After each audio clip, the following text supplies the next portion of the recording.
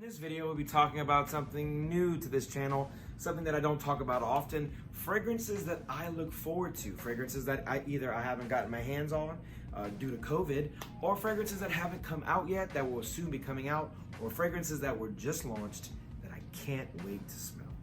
Stay tuned. What's going on, everybody? My name is Joshua, and this is our channel, ScentSense. To all the loyal subscribers who continue to watch these videos each and every time they're released, to you fine folks at home, thank you so much. And to all you new people who are maybe checking out the channel for the very first time, or the second or the third, I did check channel analytics while I've been away, just kind of curious, and there's a large percentage of you people who watch these videos who aren't subscribed. So just go ahead and subscribe. It costs you nothing, and you can easily unsubscribe anytime you want. And if you do, my videos will drop directly in your feed, so I'll be more accessible. And if you get tired of it, just unsubscribe. Jumping right into it, I want to talk about fragrances that are going to be coming out in the very near future, that have come out that I haven't got my hands on, or fragrances that have just come out that I just am so excited about. The first one I want to talk about is the one that I'm most excited about, mainly because I purchased it, and also because it's just a cool fragrance that's coming out from a very cool cat, a dude who has a massive YouTube, Instagram, social media following. That is David Dobrik. Many of you know David from his channel David Dobrik, or David Dobrik 2, T-O-O. Those channels, both of those, are very, very highly watched, very, very popular, and David released two fragrances that have just recently come out. I personally bought one of them. It's on the way. I don't know when it'll come out, but as soon as it does, I'll do a review. I hope it's great. I hope it's not trash. I don't want to trash a fragrance, especially from a guy who's such an influential person in the social media world, but we keep it 100%. So I will give you my exact opinion on the fragrance, no matter what. I paid for it, so it's my opinion. Albeit probably naive, I definitely believe that David probably put a lot of work into this. His team put a lot of work into this, and I'm sure he didn't just want to throw something out there that's hot garbage. He does do a lot of really cool stuff, and it looks like he puts thought into everything he does, so it's probably gonna be great. Another one I look forward to smelling is from the house of Zoologist. Zoologist was recently nominated for a bunch of awards on fragrances such as Squid and Bee, and this one I'm really looking forward to because the bottle is amazing looking, and a close friend of mine, near guy, told me that it is probably gonna be, if not the most popular and the best one, definitely up there with the rest of them. He said that this one is going to be his favorite, and he smelled it and he loves it. From the House of Zoology, it's Deer Musk. It's gonna come in a limited edition white bottle with like the gold, outline of everything. It just has the really cool deer on it. He's all like, "Hello, my name's Deer." And so, I really like the aesthetic of the fragrances. I like the vibe of the fragrances and how they try to encapsulate an animal or its environment. My favorite fragrance from the line is Camel. I own it.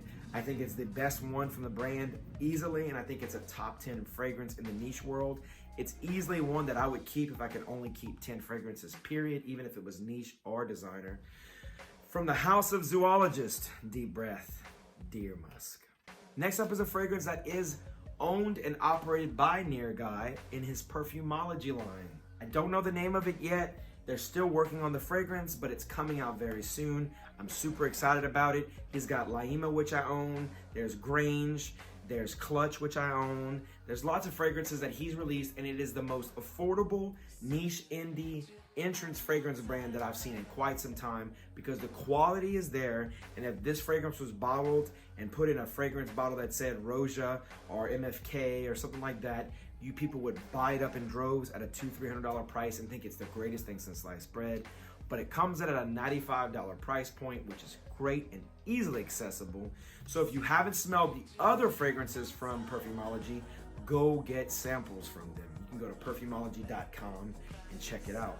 And I definitely look forward to that fragrance because Near has put out some heavy hitters, some amazing fragrances, and in my opinion, he hasn't missed yet.